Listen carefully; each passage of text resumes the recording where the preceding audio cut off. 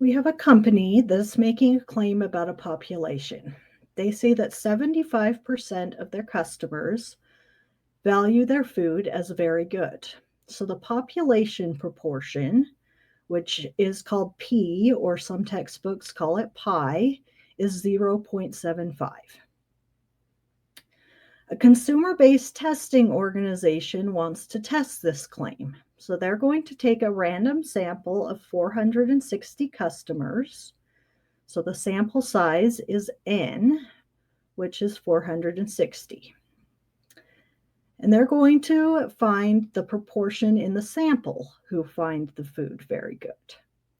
We want to know the probability that less than 70% of people in the sample rate the food as very good. So we're finding the probability that p hat, the sample proportion, is less than 0.7. So this is a problem about sampling distributions. We want to know if we were to go out and take a whole bunch of different samples of 460 customers, and every time we did that, we plotted what proportion in the sample rated the food very good, what would that graph look like? We know that we wouldn't get the same proportion from every sample. Sometimes we'd get a lower proportion, sometimes we'd get a higher proportion. So what shape would that graph be? Where would the center of that graph be? And how spread out would the proportions be from sample to sample?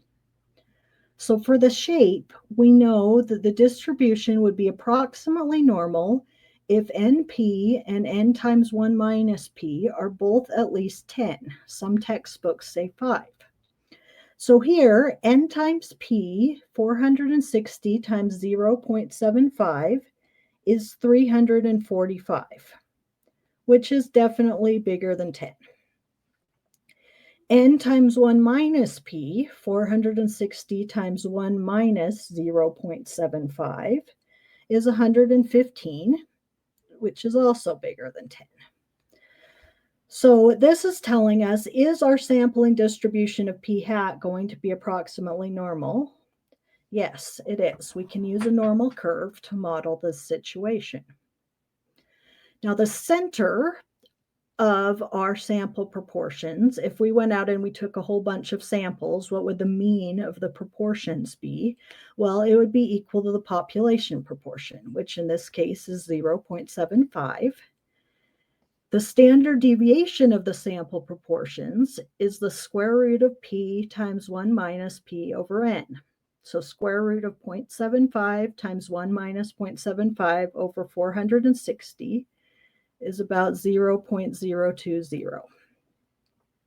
So we can model this with the normal curve, mean of 0.75 and standard deviation of 0.02.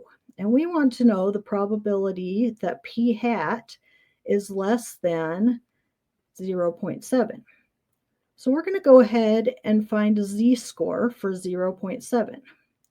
Let's subtract the mean of 0.75 and divide by 0.02, and that gives us negative 2.5. So negative 2.5 standard deviations, it's clear down here.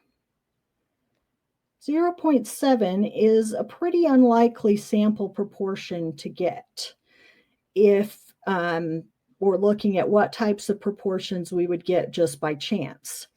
So this is the same as asking, what's the probability we'd get a z-score less than negative 2.5 just by chance? You can use a normal curve table or use a calculator and look up this probability, and you'll get 0.0062. So that's telling you it would be extremely unlikely to get a sample with 70% or less rating this company's food as very good if their claim is true.